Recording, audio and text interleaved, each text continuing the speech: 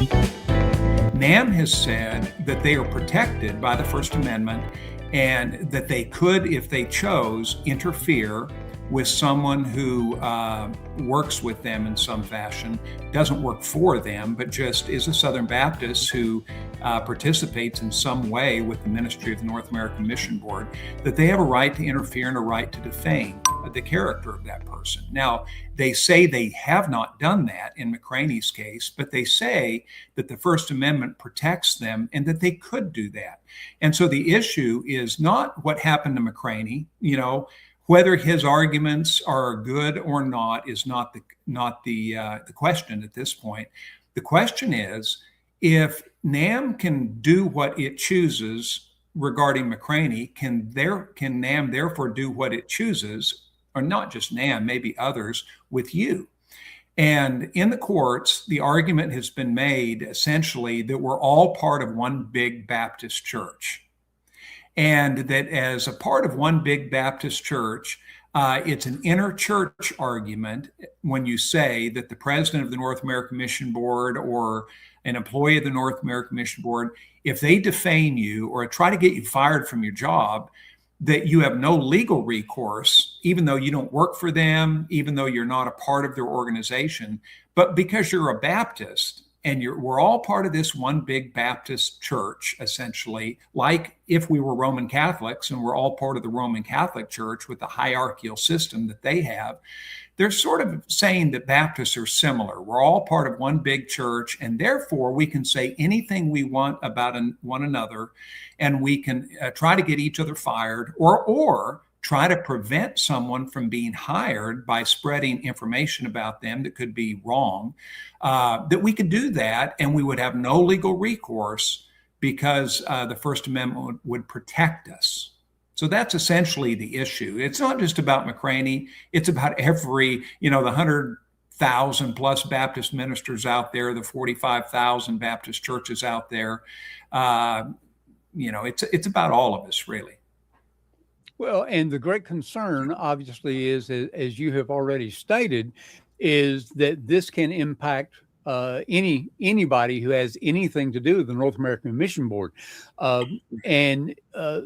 There are things, again, have not been adjudicated, but there have been depositions taken, extensive depositions taken of multiple people with the North American Mission Board, of McRaney, of his wife, Sandy, and of multiple other people that have stood on one side or the other in this case. And the North American Mission Board, the language that they're using is inferring just what you've said, like the Baptist Church. Actually, they have referred to the Southern Baptist Church. There is no such thing as the Southern Baptist Church. There are churches who are affiliated with Southern Baptist, and there is no hierarchy, although the ERLC, with the knowledge and encouragement of the North American Mission Board, submitted an amicus brief to the U.S. Fifth Circuit Court the first time around there in the McRaney NAMB case, in which they argued that. Tell us a little bit about that argument, what they put into the court record at that time.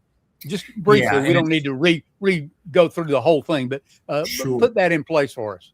Yeah, and it's still a part of the court record that the ERLC, with NAMB's understanding and knowledge, said that Southern Baptists are a hierarchy, that at the top of the hierarchy is the Southern Baptist Convention, and that all other conventions, churches, associations fall under the Southern Baptist Convention. The court, or what the ERLC argued, what the amicus on behalf of NAMB argued, is that we're sort of like Roman Catholics. We have a hierarchical system, and we're all part of that same system. And therefore, the First Amendment would protect every part of that system from any interference or any decision by a court. So every pastor, every minister, every church, every convention, every association is part of the system. And that essentially we would all have to answer to the authorities above us in the system, and we would have no recourse if they mistreated us in some way. Yeah, that's quite an accusation to have been made without any doubt.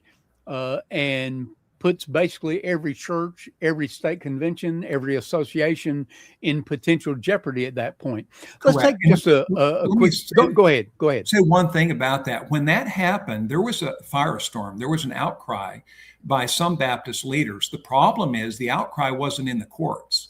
And the decision of the courts is what sets precedent in terms of how we operate. And we can say whatever we want from a pulpit or in a newspaper, but it's what's said in the court and what's submitted to the court. And that, in fact, is what was submitted to the court, and it's not been withdrawn.